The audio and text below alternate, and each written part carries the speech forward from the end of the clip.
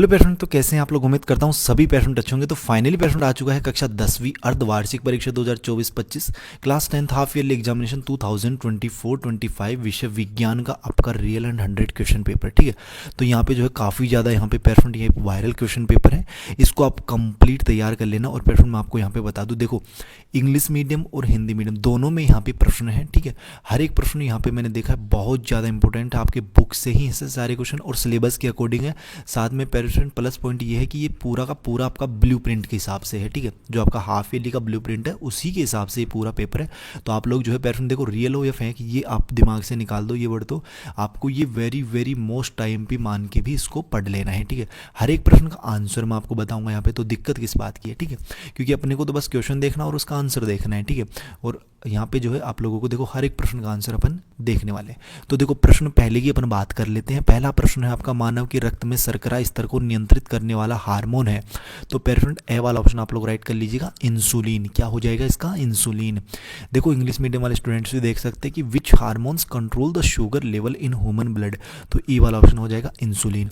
प्रश्न 2 है आपका, दो तंत्रिका कोशिका की मध्य रिक्त स्थान को कहते हैं। तो क्या कहते हैं उसे, उसे कहते हैं पेरेंट बे वाला ऑप्शन सिनेप्स। क्या कहते हैं पेरेंट, सिनेप्स कहते हैं। ठीक है, कि what is the empty space between two nervous cells called. तो सिनेप्स हो जाएगा। किसी लेंस की फोकस दूरी एवं वक्रता त्रिज्या में संबंध क्या होता है, सी बराबर 2f। ठीक है, ई वाला ऑप्शन राइट हो जाएगा इसमें। प्रतिरोधकता का ऐसा ही मात्रक क्या होता है पेरेंट, तो वो होता है आपका ओम। ठीक है, से वाला ऑप्शन आप लोग राइट कर लीजिएगा।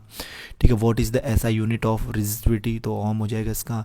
नेक्स्ट प्रश्न देखना पेरेंट, यहाँ पे आपका पांचवा प्रश्न की वाहनों की अग्रदीप यानी हेडलाइट में कौन सा दर्पण प्रयुक्त होता है, तो अवतल दर्पण कर लीजिएगा, से वाला ऑप्शन। ठीक है, कौन सा, कॉनकेव मिरर। ठीक है, और यहाँ पे देखो छठवां प्रश्न है अपना कि निम्नलिखित में से गंधीय सूचक कौन सा है। निम्नलिखित में से गंधीय सूचक कौन सा है पेरेंट, तो ये हो जाएगा आपका से वाला ऑप्शन, वेनिला पाउडर। ठीक है, क्या हो जाएगा, वेनिला पाउडर।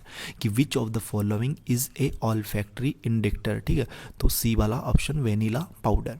सातवां प्रश्न है कि कमरे के ताप पर कौन सी धातु द्रव अवस्था में पाई जाती है। तो पेरेंट बे वाला ऑप्शन आप लोग राइट कर लीजिएगा। पारा जो है ना वो एक ऐसी धातु है जो द्रव अवस्था में पाई जाती है कमरे के ताप पर। ठीक है, विच मेटल इज फाउंड और liquid state in at room temperature. तो मरकरी हो जाएगा, बी वाला ऑप्शन। ठीक है, धातु की अम्ल के साथ क्रिया करने पर हाइड्रोजन गैस बनती है पेरेंट, तो यहाँ पे से वाला ऑप्शन आप लोग राइट कर लीजिएगा। ठीक है, और देखो स्वपोषी पोषण के लिए आवश्यक है, व्हाट इज इंसिलियंस फॉर फोटोसिंथेटिक। तो यहाँ पे हो जाएगा आपका इसका डी वाला ऑप्शन, उपरोक्त सभी। क्योंकि देखो CO2 में जल भी आवश्यक है, क्लोरोफिल भी, सूर्य का प्रकाश भी, तो ऑल ऑफ द अबाव इसका राइट आंसर हो जाएगा।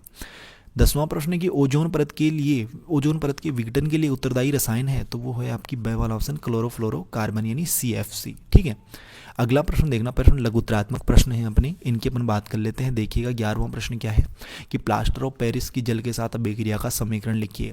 Right the chemical equation for the reaction of plaster of Paris with water. ठीक है, तो आप लोग दोनों लैंग्वेज में इसका आंसर देखिएगा, हिंदी और इंग्लिश में, जैसे अपन ब्लैक बोर्ड पर आंसर लिखते हैं ना उस तरीके से। ठीक है, तो देखिएगा पेरेंट यहाँ पे लिखिएगा आप लोग कि प्लास्टर ऑफ पेरिस यानी CaSO4 डॉट हाफ H2O जल के साथ अभिक्रिया करके जिप्सम CaSO4 2H2O बनाता है। ठीक है, तो इस तरीके से आप लिख सकते हैं।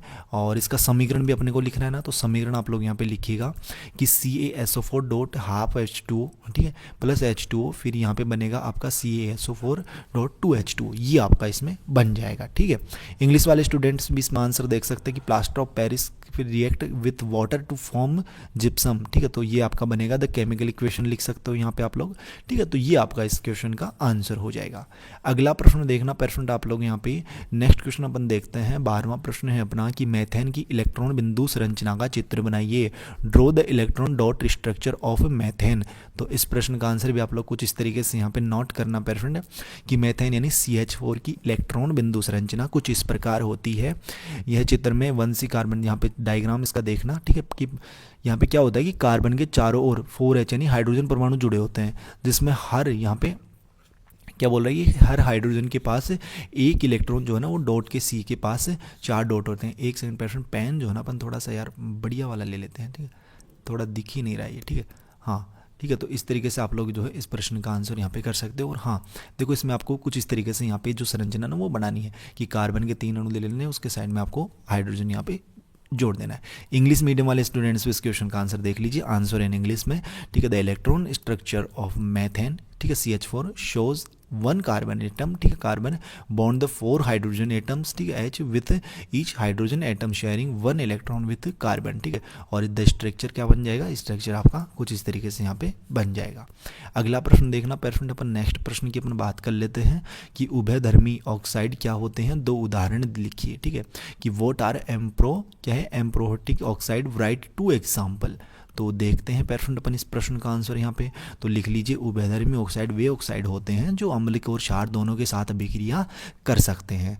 उदाहरण लिख लीजिए zinc oxide ZnO, aluminium oxide यानी Al2O3। और आंसर इन इंग्लिश में आप लोग यहाँ पे इंग्लिश वाले स्टूडेंट देख सकते हैं अपना आंसर कि amphoteric oxide are those oxide that can react with both acid and base. Example आप लोग यहाँ पे देख लीजिए zinc oxide and aluminium oxide, ठीक है, एल्यूमिनियम ऑक्साइड। अगला प्रश्न देखना पेरेंट आपका यहाँ पे, नेक्स्ट अपन क्वेश्चन की बात कर लेते हैं। यहाँ पे क्या है पेरेंट, तो देखिएगा कि वंशानुगत लक्षण क्या होते हैं, वंशानुगत लक्षण क्या होते हैं, व्हाट आर हेरिडेटरी टेरिस्ट, ठीक है। तो इस प्रश्न का आंसर क्या लिखोगे आप लोग, तो इस प्रश्न का आंसर लिखो कि वंशानुगत लक्षण वे गुण होते हैं जो माता पिता से संतान में होते हैं। यह गुण जीन द्वारा नियंत्रित होते हैं और पीढ़ी दर पीढ़ी हस्तांतरित होते हैं। उदाहरण के रूप में आंखों का रंग, त्वचा का रंग आदि, ठीक है। और आंसर आप लोग इंग्लिश में भी यहाँ पे नोट डाउन कर सकते हैं कुछ इस तरीके से, ठीक है पेरेंट। तो ये लोग जो है आप लोग जो है यहाँ पे कुछ इस तरीके से आंसर नोट कर लीजिए। अगला प्रश्न देखना पेरेंट कि निम्नलिखित में से जनन की विधियों के नाम लिखिए, प्लेनेरिया, हाइड्रा और आयोफिलम, ठीक है। तो देखिएगा इस प्रश्न का आंसर कैसे करोगे आप लोग, तो यहाँ पे लिखिए प्लेनेरिया मतलब इसमें कौन सी होती है जनन की विधि, पुनः निर्माण विधि, ठीक है पेरेंट, कौन सी होती है, पुनः निर्माण विधि। और हाइड्रा में कौन सी होती है, बंडिंग होती है।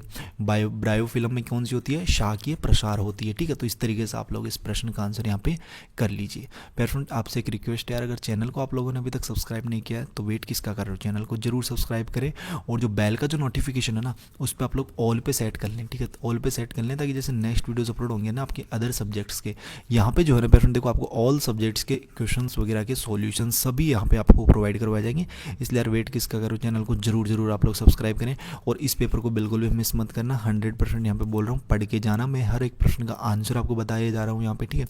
और यहाँ पे इंग्लिश मीडियम वाले स्टूडेंट्स के लिए भी यहाँ पे आंसर जो है वो तैयार किए जा रहे हैं, ठीक है।